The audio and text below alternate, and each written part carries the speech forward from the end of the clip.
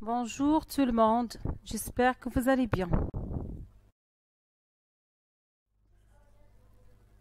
Aujourd'hui, on va apprendre comment former une famille de mots avec une autre façon.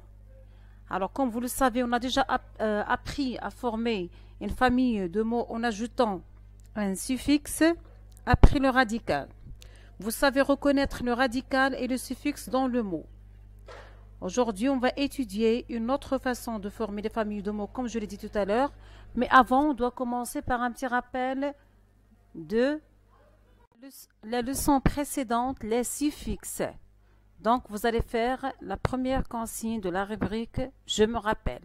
Je vais vous lire et expliquer la consigne. Dans ces familles de mots, j'encadre le radical, je souligne les suffixes. Alors, on a deux listes de mots dans lesquelles vous allez chercher le radical, vous allez l'encadrer et vous allez souligner les suffixes. Avant de corriger cette consigne, on doit rappeler ce qui est le radical. Le radical, c'est la partie commune à tous les mots d'une même famille. Il apporte le sens commun à toute la famille de mots. Alors, dans ces familles qu'on a, le mot de base est le premier de la liste. Alors, pour la première liste, je vais lire les mots. On a participé, participant, participation. La partie commune entre les trois mots, c'est participe, jusqu'à la lettre P. Ça, c'est le radical. Alors, pour les suffixes, on a « pour le premier mot, participer. On a « ANT pour participant. Et on a ATION pour participation. Et ce sont des suffixes. Pour la deuxième liste, le radical, c'est admire, jusqu'à la lettre R.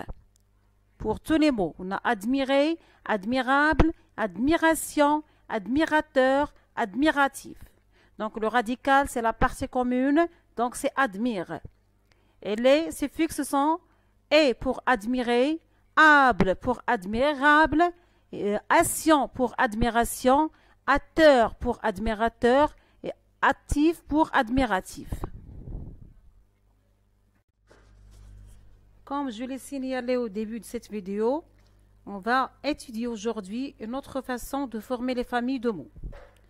Donc, on commence par lire les articles que vous avez dans la première consigne. Je compare les définitions.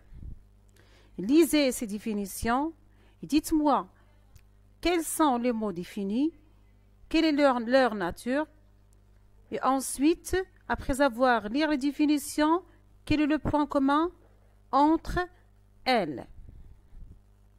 Alors, je vais commencer par lire la première définition. Alors, le mot défini dans la première définition, c'est impur. Impur, virgule, ur. Alors, sa nature, c'est un adjectif. Et voilà la définition qui n'est pas pure. Qui n'est pas pure. Et vous avez une phrase exemple. L'air de cette zone industrielle est impur. Le deuxième mot défini. Irremplaçable. C'est un adjectif aussi. Alors, la définition qu'on ne peut pas remplacer. Très bien. Le mot suivant. Inattentif, inattentive. C'est un adjectif aussi. Alors, la définition qui n'est pas attentif. La définition suivante. Inadmissible. C'est un adjectif aussi. La définition, c'est qui n'est pas admissible. Le mot suivant, bien l'article suivant. Impoli, avec i à la fin ou bien avec ie à la fin. C'est un adjectif et non en même temps. Alors sa définition qui n'est pas poli. La dernière définition, illisible.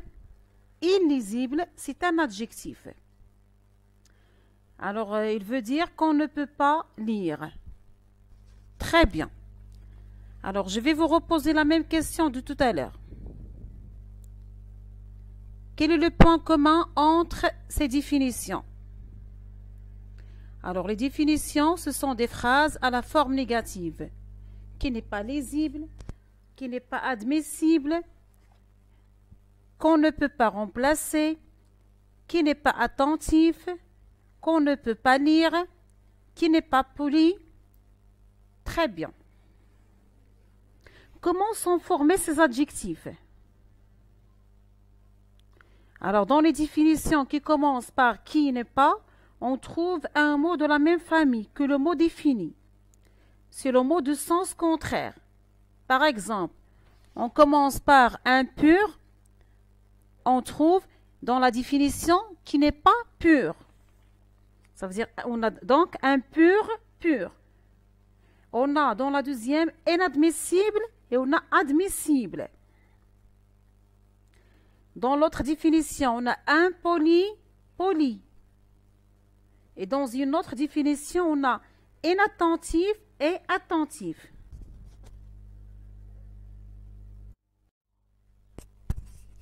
Comment sont formés ces adjectifs? Alors, les adjectifs définis sont formés à partir du mot de sens contraire. On ajoute devant ce mot une partie qui fait comprendre que ce n'est pas, ça veut dire c'est le contraire. Soit on ajoute im devant, par exemple, devant pur, on a dit impur. Ou bien, soit on a ajouté in devant admissible pour trouver le contraire, inadmissible. Soit on a ajouté im devant poli pour trouver impoli.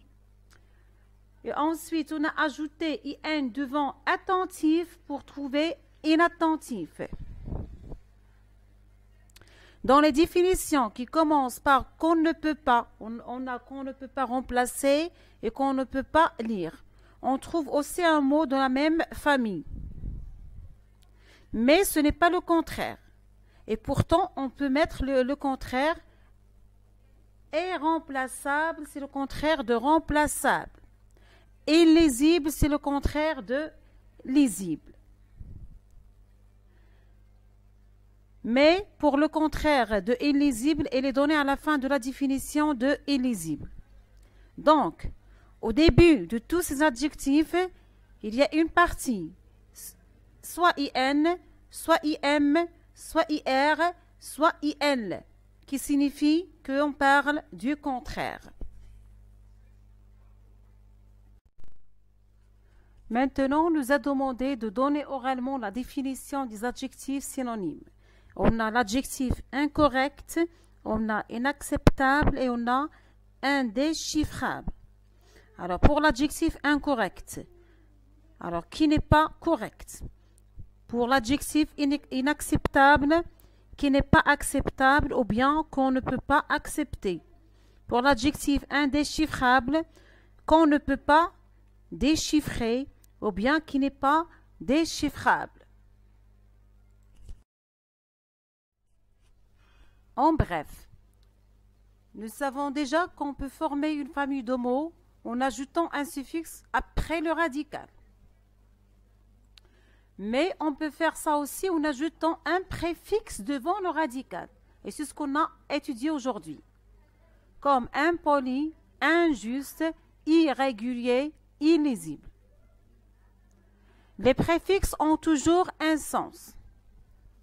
Beaucoup de mots de sens contraire sont formés avec des préfixes. Par exemple, comme vous l'avez vu, remplaçable, irremplaçable, lisible, illisible, poli, impoli, et ainsi de suite. Pour mieux s'entraîner, vous allez faire les consignes 2, 3 sur la page 186 et 1, 2, 4 sur la page 187. Je vais expliquer la deuxième consigne. Je complète, je dis et j'écris un adjectif. Vous allez chercher les adjectifs qu'on a dans les phrases. Vous allez essayer de trouver leur contraire. Alors, je vais vous donner un exemple. Pour la première phrase, on a « Tu n'es pas patiente, tu es impatiente ». Le contraire de l'adjectif patiente, c'est impatiente en mettant « im » au début de cet adjectif. Bien. Pour la troisième consigne, quels sont ces objets? Vous avez les images et vous avez des phrases. Vous allez écrire l'objet convenable dans la place convenable. Il protège de la pluie, c'est quoi? Il protège du soleil, c'est quoi? Il empêche une chute trop rapide, c'est quoi? Pour la page 187, la première consigne. Je sépare le radical et le préfixe par un trait. Vous avez des mots dans lesquels vous allez séparer le radical du préfixe par un trait. Par exemple, impossible, le préfixe c'est un et le radical c'est possible. Vous allez les séparer par un trait. Pour la deuxième consigne, je supprime le préfixe, je recopie le mot. Vous avez des mots avec un préfixe, vous allez le supprimer, vous allez recopier le mot sans préfixe. Par exemple, déshabiller, je vais supprimer des, je vais trouver ou bien obtenir habillé. J'espère que vous avez bien compris les deux consignes. Pour la consigne 4, je complète les phrases. Tous les mots sont formés avec le même préfixe. La voiture est trop chargée. Elle est comment? L'adjectif c'est chargé. C'est quoi son contraire? J'espère que vous avez bien fait les consignes. Voilà les corrigés des consignes 2, 3, page 186. Les deux consignes sont corrigées ici sur cette page. Et voilà corrigés des consignes 1, 2, 3 sur la page 187. Alors, corrigez vos erreurs attentivement.